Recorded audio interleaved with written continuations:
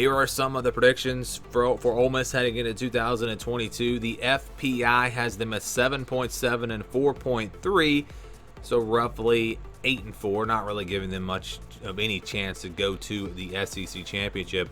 Athlon has them at 8 and 4. The over/under is at 7.5. So everything seems to line up here for Ole Miss to go 7 and 5 or 8 and 4. That seems to be the record for this team. This is a team coming off of a 10 and 2 season last year.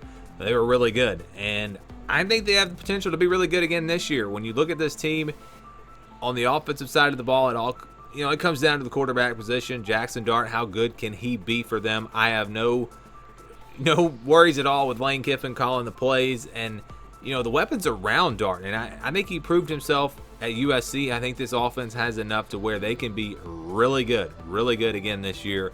So no real concerns there on that side of the ball. On the defensive side, this team is not super talented or super deep. That's going to be what holds them back. That's what's going to be the thing that's going to be the thing that keeps them from maybe making it to the SEC championship or maybe even beating Alabama, those types of things. And I think depth will be an issue there. If they can stay healthy, I think the starting lineup for Ole Miss on defense is not too bad. But if they have some injuries, I could see depth catching up to them as the season goes on. It's going to be about the offense. They're going to try to get into some shootouts. They'll probably get into some shootouts, and they'll probably win a lot of them because they're going to have a really good offense. So those are my thoughts on this team. Let's now look at the schedule, and we'll go game by game and predict how the season could potentially go. All right, so you see in the non-conference, they'll play Georgia Tech. That's their big non-conference game. Not too bad there. And then the teams that they play out of the East, they have Vanderbilt and then Kentucky. So this is a really favorable schedule for an SEC West team. They start off with Troy there on September the 3rd, and then they'll play Central Arkansas on September 10th. Both of these games should be pretty easy wins. Troy, not what they used to be. Used to be one of the best Group of 5 teams, but they lost their head coach and haven't been really all that great since.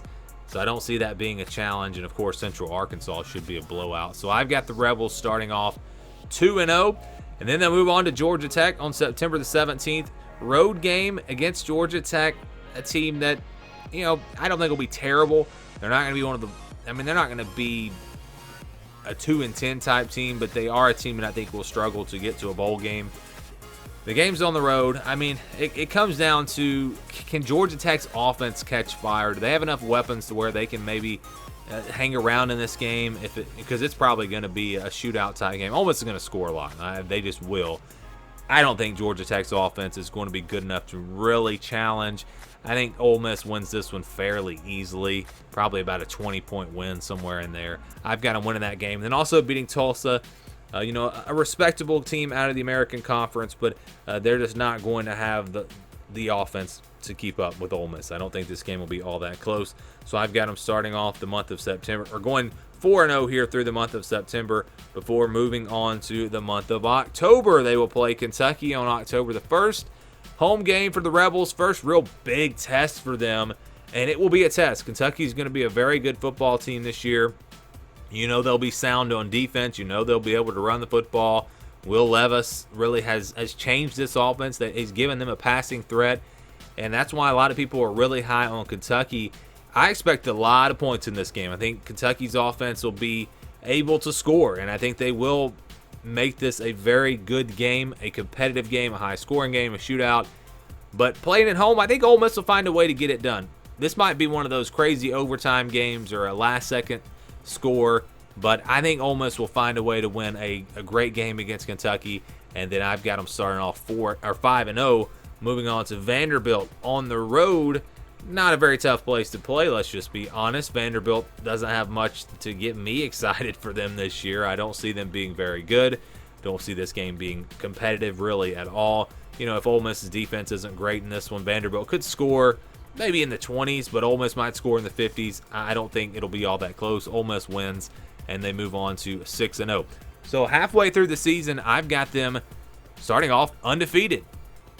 Moving on to the second half of the season for Ole Miss, this is where it gets tough. Just look at this schedule. Auburn, LSU, Texas A&M, Alabama, Arkansas, Mississippi State, 3 of those games on the road.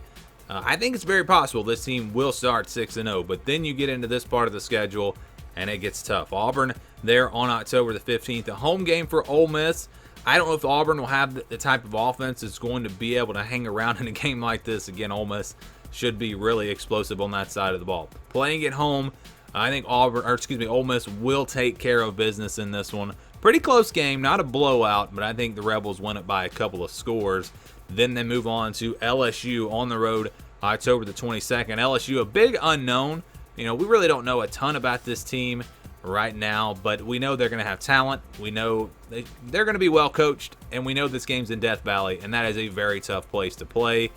I just don't know if I can see Ole Miss going on the road to win this one. I'm going to go with LSU. Close game, a really good one, but that's their first loss of the season. They could possibly go 7-0 before losing this game to LSU. And again, the schedule just gets really tough here. Next, you got Texas A&M on October the 29th. On the road at LSU, then on the road at Texas A&M. Brutal back-to-back games. Very tough places to play, obviously.